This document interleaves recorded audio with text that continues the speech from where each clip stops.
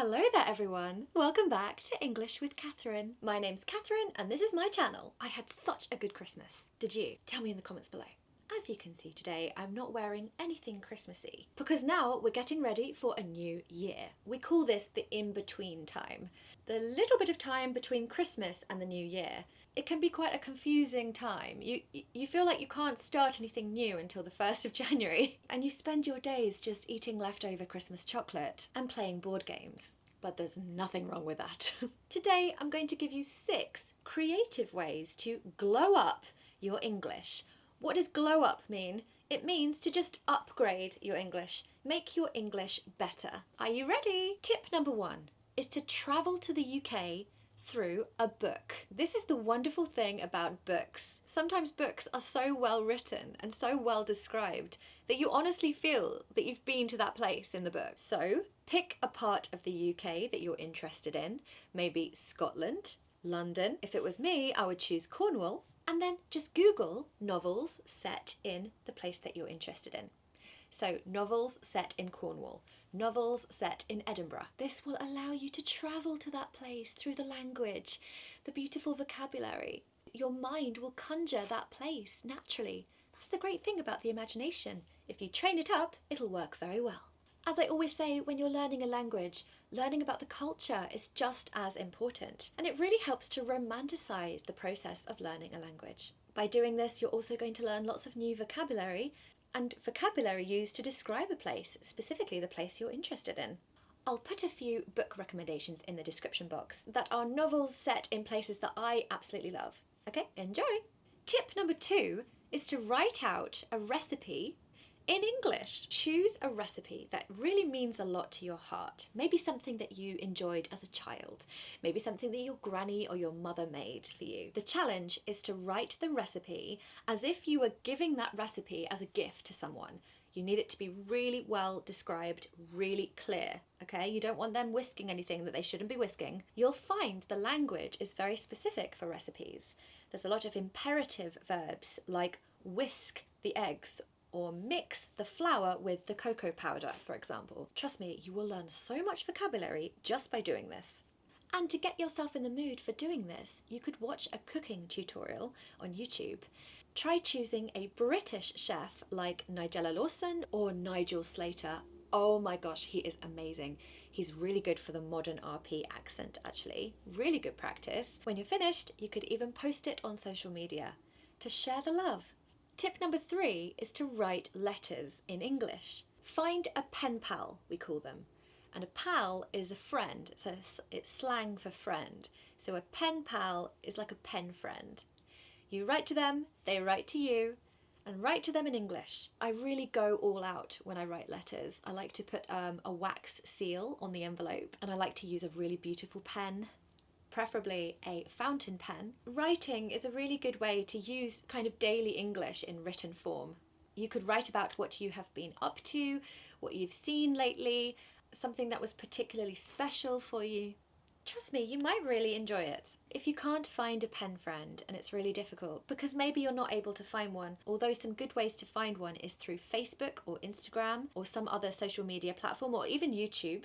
If you can't find one, just write to a family member. Write letters to your mum. I'm sure she would love to receive them. Tip number 4 is one of my favourites. Journal in English. And what do I mean by journal? To journal. It's kind of become a verb, actually. To journal is to write in a journal. What you did that day, anything that you saw, the way you felt, your emotions. It's a really nice way to document your life. And trust me, one of the best things to do on a Sunday when it's raining outside is to review previous diary entries or journal entries. It can be so funny and interesting to see how your mind has changed over the years or over the months. Even when I read my entries from like 2 years ago, I've just matured since then. The way that I think has changed. It's crazy. The challenge here, obviously, is to do this in English.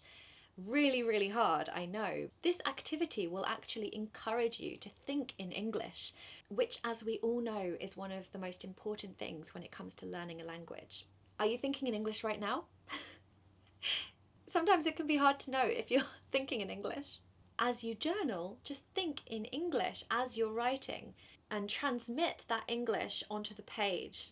Over time, you might find your journal entries get better and better and better. Number 5, read classic poetry. Even if you're not that interested in poetry, reading some of the classics can really help to, again, romanticize learning English. And also, you're learning something. You might even be able to answer the question in a pub quiz or some kind of quiz about general knowledge because you've read the poem and you know the poet. There's some beautiful poetry about nature that I love. That's my favourite kind of poetry, written by Blake or Keats, Yeats, or William Wordsworth. Lovely imagery about pastoral scenes, green countryside. I'm sure you can find something that is your cup of tea. Create an atmosphere. Make sure it's raining outside. This is kind of essential.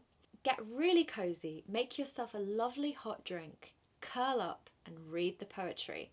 Any exposure to English is going to be helpful for you. So reading poetry is only going to add to the English coming into you, into your ears, into your eyes, and you'll learn about the culture at the same time. Even if the culture was 100 years ago, it's still interesting. Tip number 6 is to think about something that you're really passionate about. Maybe it's climate change, maybe it's fashion, maybe it's animals. Then you go on YouTube and you type in people talking about climate change, an interview about animals. You listen to those people talking about that subject. You write down what they're saying. Try to pause it, write down the words, the expressions, and Bob's your uncle, you can talk about that subject. I'm joking, it's obviously a bit more difficult than that. But if you learn the vocabulary that's associated with a subject that you're passionate about, this is what you're going to want to talk about, right? If you meet new people, when you talk, you want to talk about things that you're passionate about. So doing this activity really helps that.